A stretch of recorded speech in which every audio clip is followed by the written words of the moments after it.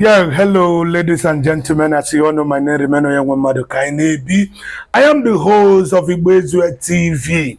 This time and now, I am using this medium to appeal to my fans and my followers to assist in building EZUE studio that is ongoing at Delta State, Asaba.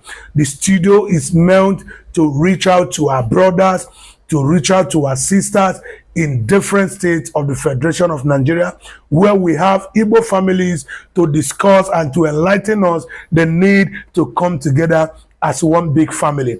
We have been using the medium of our culture, our tradition, and our value system to actually show to the world that we are all one. The issue of Igbo identity crisis is what we are actually addressing.